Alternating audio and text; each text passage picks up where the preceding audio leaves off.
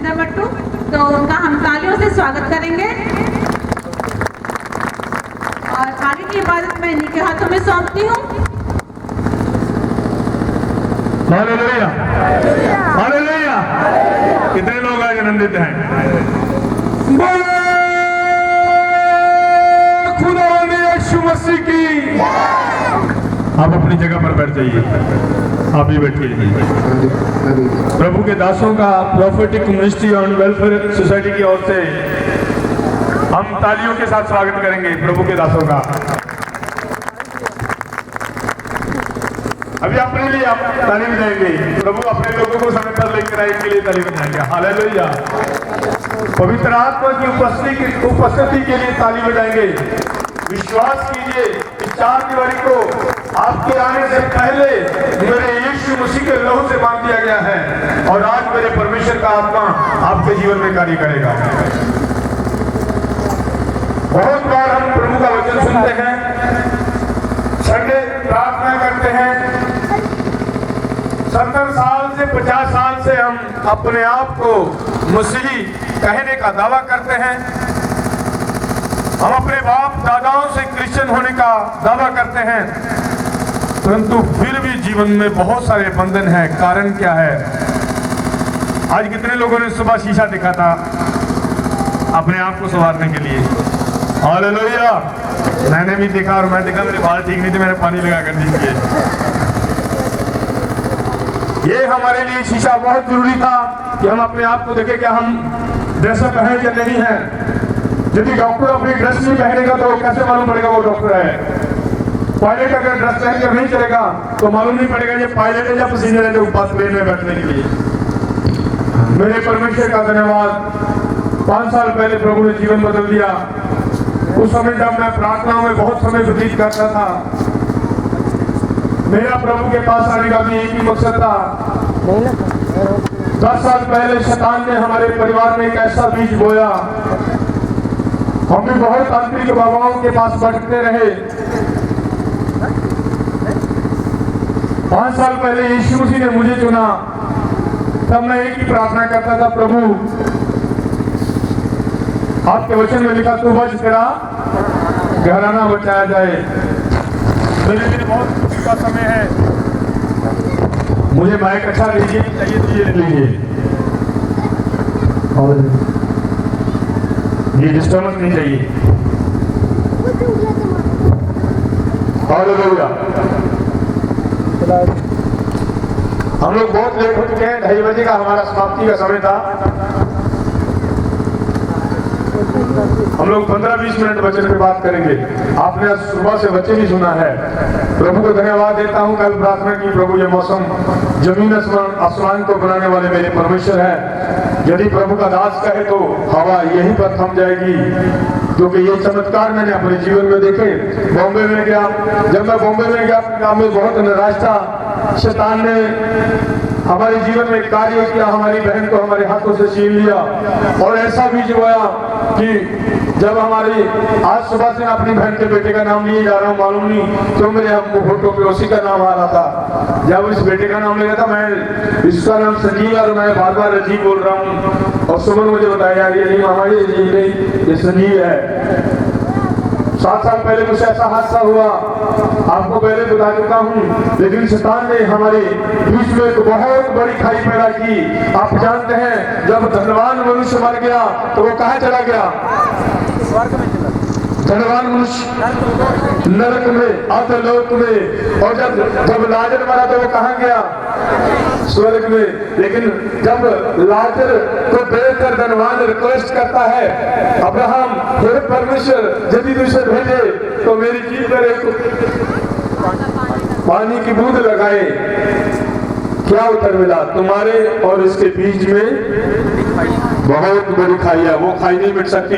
लेकिन याद रखिए, यदि जमीन में हमारे लिए कोई खाई है तो मेरा यीशु मसीह से मिटा सकता है। देखो आपके सामने है। बोलिए प्रभु यीशु की। शैतान ने मेरे और मेरी बहन के बीच में एक बड़ी खाई खोल दी।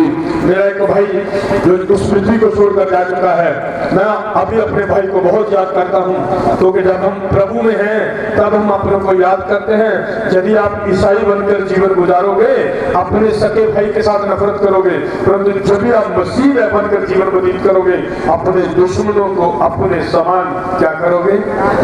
प्रेम करोगे। बोलिए प्रभु यीशु की। प्रभु का धन्यवाद। प्रभु हम प्रार्थना कर रहे थे कि खुदावन, मैंने कहा प्रभु 2013 में पहले मैंने प्रार्थना की, प्रभु अपने दास को, अपने नाचीज बंदे को आपने संत बना दिया, बहुत जगत के दूसरे ईश्वर तक इस्तेमाल करे जा रहे हैं, लेकिन मेरे माथे पे एक कलंक लगा, वो मिटा दीजिए, कहीं ऐसा ना हो कि मैं ऐसे आपके घर में आऊं। प्रभु ने कहा मैं कर सकता हूं, और प्रभु ने वो माथे से कलंक को धोया। फिर हम लोग प्रार्थना कर रहे थे, प्रभु हमारी बहन आपके से घर में आए। प्रभु का धन्यवाद। 24 तारीख को प्रभु अपनी बेटी को लेकर आए पूरे परिवार के साथ। मैं बहुत आनंदित हुआ, क्योंकि प्रभु के वचन में लिखा यदि एक भेड़ खो जाए, परमेश्वर 99 को छोड़ देते हैं, परंतु एक को ढूंढ लेते हैं। जब प्रभु ने मुझे भविष्यवक्ता की सेवकाई दी, तब मुझे प्रभु ने ये ड्रेस का कलर दिया। प्रभु ने कहा जब भी बड़ी प्रार्थना में किधर भी जाइए कपड़े पहन के जाना, मैं तेरे कपड़ों को भी आशीष कर देता हूँ। परमेश्वर यशायाह की व्यवस्था विवरण की पुस्तक जब आप पढ़ेंगे, प्रभु वहां पर कहते हैं मैं तेरे बैल बछड़ों को भी आशीष करूंगा। आप कहां कहां आशीष चाहते हैं? यदि आज आशीष के लिए आए हो तो आशीष मिलेगी जरूर, लेकर जाना, परंतु तैयार हो जाइए। यीशु प्रभु यीशु मसीह आ चुके हैं। प्रभु का आत्मा इस जगह पर मंडला रहा है, लेकिन देखना यह है कि वो आत्मा किसको स्पर्श करता है। जी ये गिलास दीजिए, दे दीजिए। ये देखिए, इस बर्तन को देख लीजिए, क्या है जी? हाँ जी, पानी है इधर, पानी बेटा खाली है जी, ये लीजिए, पानी है। यदि इसमें पानी डाला जाए तो अंदर जाएगा। समझ लीजिए इस बात को, फिर हम वचन पढ़ेंगे और समाप्ति कर देंगे। ये बर्तन क्या है? उल्टा है। इसमें पानी डालने के लिए क्या करना पड़ेगा? सीधा कर दिया। यदि पहले से पानी रहेगा तो नहीं जा सकता। क्यों जाएगा? क्योंकि वो अभी अपने आप को खाली कर दीजिए। बोले खुदा यीशु मसीह की। अगर कोई बीमारी है तो वो यहाँ ठीक हो जाएगी, बंधन है तो यहीं पे टूट जाएगा, घर पे नहीं लेके जाओगे, क्योंकि मेरा परमेश्वर जीवित परमेश्वर है और मैं जीवित परमेश्वर का जीवदास हूँ। प्रभु ने ऐसा आत्मा दिया, यदि सामने खड़ा हो जाऊं तो बता सकता हूँ क्या खा के आए हो, क्या सोच रहे हो, क्या लेकर जाओगे। क्योंकि जब यीशु मसीह ने, परमेश्वर ने किसको ऐसा आत्मा दिया था? पतरस को। जब किसी ने कहा, जब उसने पूछा कितनी जमीन बेच के आए हो, कितना धन लाए हो? हाँ जी, अनन्या को कहा ना, किसने कहा? पतरस ने कहा। जब पूछा तो उत्तर क्या था? कुछ पाने की कोशिश हुई, लेकिन पतरस क्या कहते हैं? कहां से इतनी हिम्मत जुटाई कि तुम परमेश्वर के आत्मा के सामने झूठ बोलो। विश्वास कर लीजिए, मैं आपसे बात नहीं करूंगा। मेरा परमेश्वर प्रभु ने जो आत्मा दिया वो आज अभी आपसे बात करने जा रहा है। आप यदि आशीष चाहते हो तो आशीष मिलेगी कैसे? आप यदि यीशु मसीह को जानते हो, खाली क्रिसमस के द्वारा नहीं मिल सकता। यदि यीशु मसीह को देखना है तो पहले किसको देखना पड़ेगा? हाँ जी, प्रभु के दासों से बात नहीं करूंगा। यीशु मसीह को देखना है तो पहले किसको देखना होगा? कोई एक जन बताए। हालेलुया, बोलो खुदा यीशु मसीह की। पहले अपने आप को देखना होगा, क्योंकि जब तक इस लायक ना हो परमेश्वर का आत्मा नहीं उतरेगा। तैयारी करनी पड़ेगी। इस खाली बर्तन की तरह अपने आप को खाली कर दीजिए, परमेश्वर इसी समय भर देंगे। और आज यहाँ से आशीष लेकर जाना।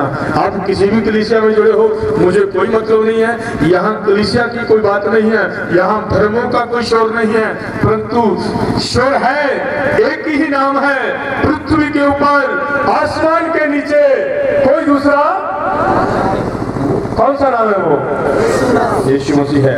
सो मेरे जी, जो मैं प्रभु का धन्यवाद करता हूँ, जिस दिन मैंने आत्मिक रीति से यीशु मसीह को पुकारा, प्रभु ने कहा मैं तुझे आईने की तरह देखना चाहता हूँ। आईना ऐसा जिसके ऊपर नजर डालो और दोनों तरफ दिखे। वो गाड़ी का कांच देख लीजिए आप, उसके पीछे गेट नजर आ रहा है। लेकिन हम अपना जीवन ऐसे गिलास की तरह व्यतीत कर रहे हैं जिसमें हम खुद देखते हैं, हमारी शक्ल ही दिखती है, दूसरी और नहीं दिखता। प्रभु यीशु मसीह हमारा जीवन ऐसा पवित्र देखना चाहते हैं, जब यीशु मसीह की नजर पड़े तो आपके पास सारी बरकतें उतर आई, कोई गति ना होगी। मेरे पिता का नाम यीशु मसीह है। प्रभु का धन्यवाद। कभी समय था जब मैं पास्टर नाम से बड़ी मुझे तकलीफ थी, मैं बोलता प्रभु मैं सेवा में नहीं आऊंगा, लेकिन आज ऐसा समय है कि मैं अपने आप के ऊपर, अपने यीशु मसीह के ऊपर फख्र करता हूं, क्योंकि डॉक्टर थोड़े समय के लिए चंगाई दे सकता है, इंजीनियर थोड़े समय के लिए खुद इस्तेमाल कर सकता है, परंतु परमेश्वर जो अपने दासों को देते हैं, ये हमारे पास यहाँ पे भी है और वहां पे भी रहेगा। बोलिए प्रभु यीशु की। आप जब प्रभु की उपस्थिति में जाएं, ऐसे तैयार होकर जाएं, आत्मिक रीति से ऐसे तैयार होगी, आराधना होते ही प्रभु को आत्मा आपको भर दे, आपको महसूस हो जाए कि आप प्रभु यीशु मसीह की उपस्थिति में आए हैं। जब मूसा सिनै पर्वत पे जाता है तो किससे बात करता है? हाँ जी, परमेश्वर से। निर्गमन की पुस्तक उसका 33 चैप्टर वर्ष 7 to 11 तक पढ़ेंगे, 7 से 11 तक समाप्ति की ओर चले गए। वचन थोड़ा सा काफी है यदि कार्य कर जाए। यदि आप तैयार हैं तो एक लाइन नहीं काफी आपके लिए। निर्गमन की पुस्तक 33 अध्याय 7 से 11। हालेलुया। मूसा तंबू को छावनी से बाहर और दूर खड़ा कराया करता था। मूसा, सुनिए जी क्या कह रहा है मूसा? तंबू को छावनी से बाहर कर लेता है। किस काम के लिए? पढ़िए जी। दूर खड़ा कराया करता था और उसको मिलाप वाला तंबू कहता था। और उसे मिलाप का तंबू कहता था। जिस दिन मैंने ये शब्द पढ़ा मिलाप का तंबू, मैं रोया और कहा प्रभु वाकई वो मिलाप का तंबू था। एक जगह थी वो परमेश्वर के साथ मिलने के लिए। हम कौन सी तंबू पे प्रार्थना करते हैं? ईसाइयों की प्रार्थना तो बिस्तर पर खत्म हो जाती है, बिस्तर पर शुरू होती है, बिस्तर पर खत्म हो जाती है। कुर्सी पर बैठे हैं, सोफे पर बैठे हैं, वहीं पर शुरू करते हैं, वहीं पे खत्म करते हैं। मूसा से बढ़कर आप और मैं हो सकते हैं? नहीं है जी अभी तक। अपना तंबू ठीक कर लीजिए। आप जीवन परमेश्वर से बात करना चाहते हैं? किचन में खड़े खड़े प्रार्थना। मैं तो पसंद जी, मैं तो ऐसे ही दुआ कर लेती हूँ। ये दुआ नहीं है जी, ये तो आराधना है। अभी हमने क्या किया? पहले आराधना किया है, प्रार्थना नहीं है। कौन सी प्रार्थना है? मूसा जब प्रार्थना करने जाता है तो वह तंबू को क्या करता है? बढ़िया जरा वचन में नहीं। मूसा तंबू को छावनी से बाहर कर लेता है, अपने लोगों से अलग हो जाता है, तब अपने पिता से बात करता है। यहाँ सभी ईसाई मुस्लिम लोग बैठे हैं। कौन है जो आपके बीच में बैठा 1 घंटा हर रोज प्रार्थना करता है? 1 घंटा, वेरी गुड। और 2 घंटे कौन करता है? 2 घंटे यीशु मसीह को जानते हैं हम। 3 घंटे है कोई? 2.5-3 घंटे प्रार्थना करने वाला, 3 घंटे। हालेलुया, बोलिए प्रभु यीशु की। जब तक आप 3 घंटे प्रार्थना नहीं करोगे, एफिडेविट ले लेंगे, लिख के दे देता हूँ, यीशु मसीह की परछाई भी आपके ऊपर नहीं आएगी। ताली बजा सकते हो, उछल कूद कर सकते हो, लेकिन ये आत्मा का चमत्कार नहीं है, ये स्पर्शीकरण है। प्रभु का आत्मा को स्पर्शीयूट करता है। परंतु प्रभु से बात करना चाहते हो तो 2.5 से 3 घंटे आपको बैठना होगा और पूछना होगा, प्रभु मुझे बताओ मैं क्या कर रहा हूँ, मैं कैसे इस जगत में रहूं। पृथ्वी पे रहते हैं, ईसाइयों में रहते हैं, क्रिसमस में चर्च जाएंगे, चर्च से बाहर निकल के झगड़ा कर लेते हैं। चुगली करते हो? नहीं, ईसाई मसीही नहीं हो सकते आप। विरोध करते हो?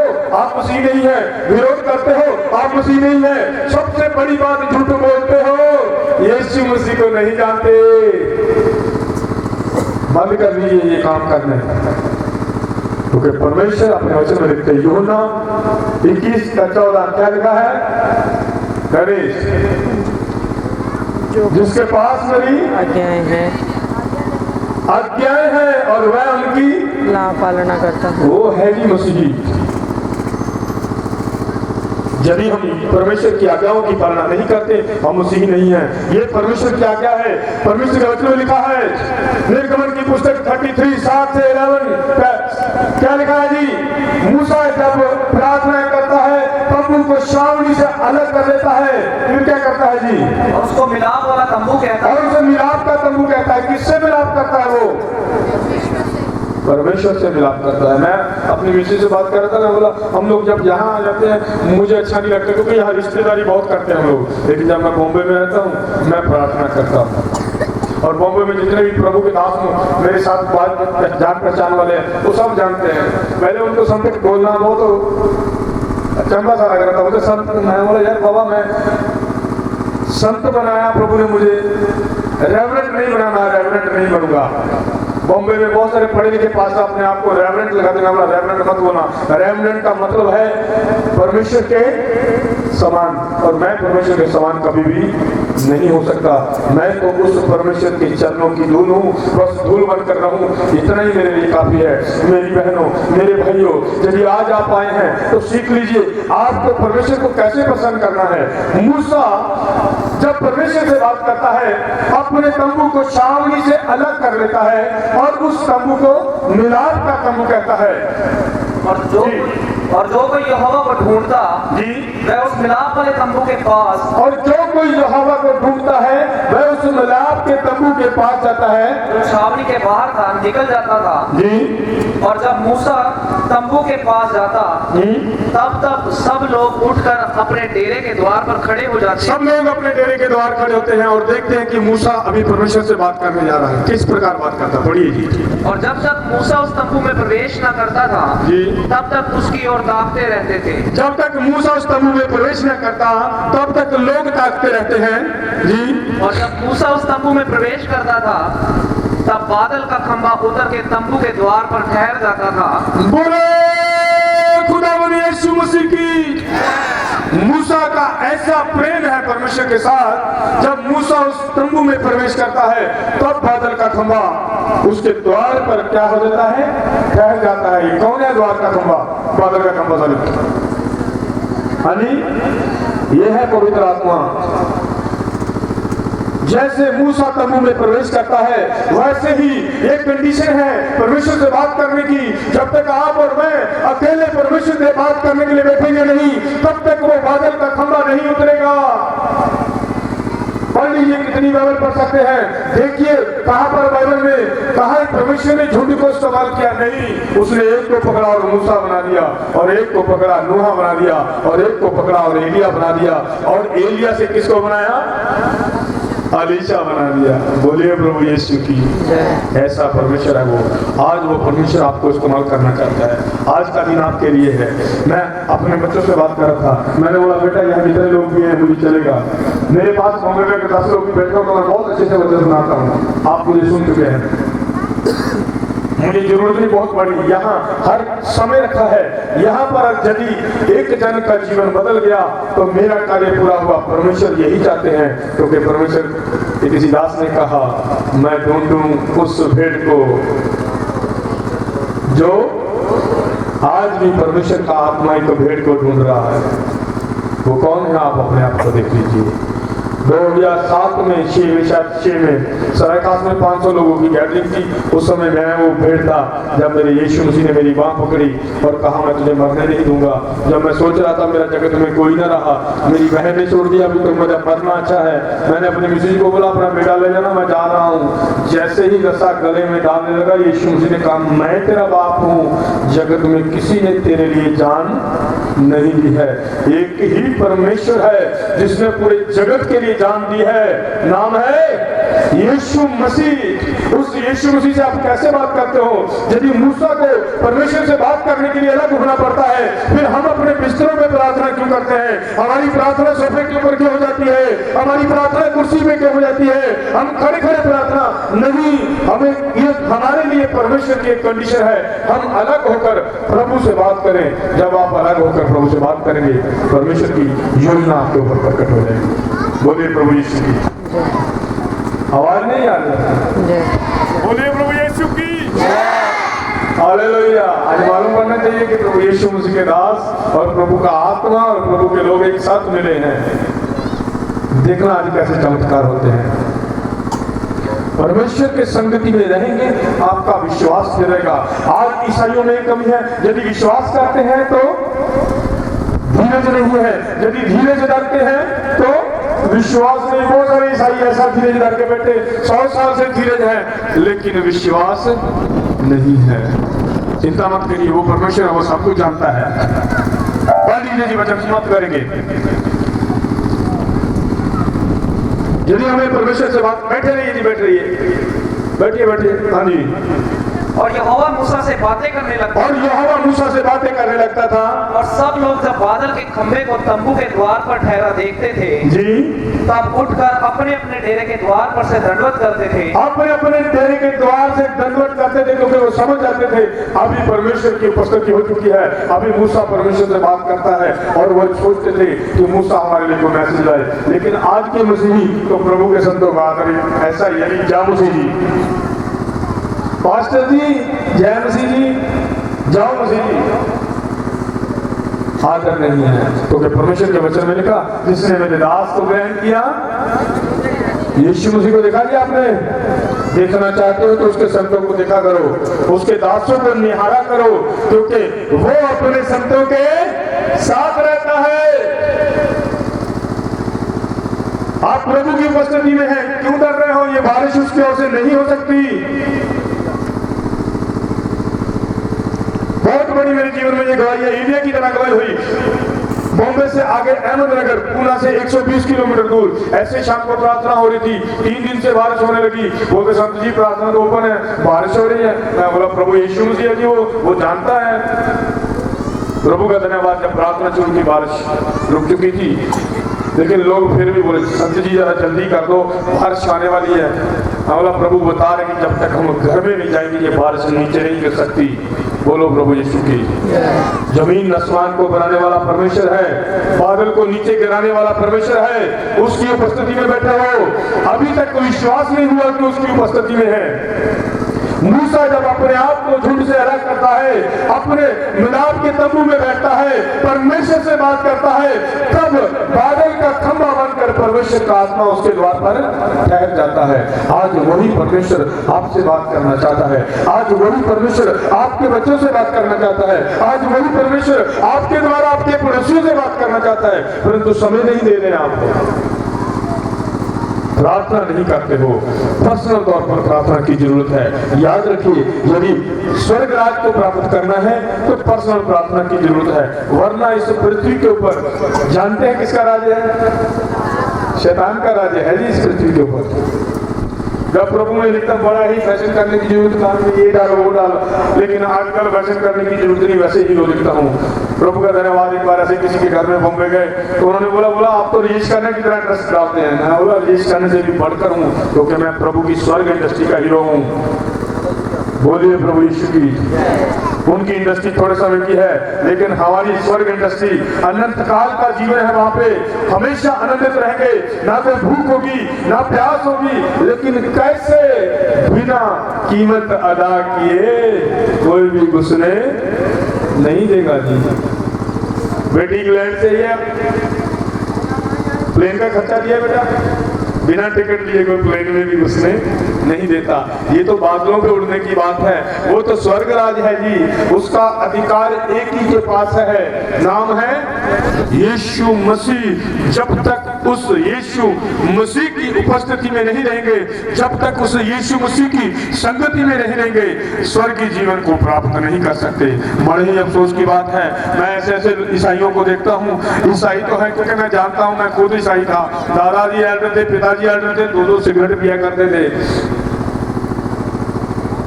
सुबह प्रभु भोज, शाम को शैतान भोज। कहाँ है यीशु मसीह?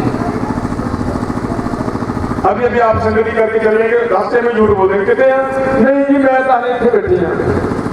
बहुत अफसोस की बात है कि परमेश्वर की आज्ञाओं की पालना नहीं करते।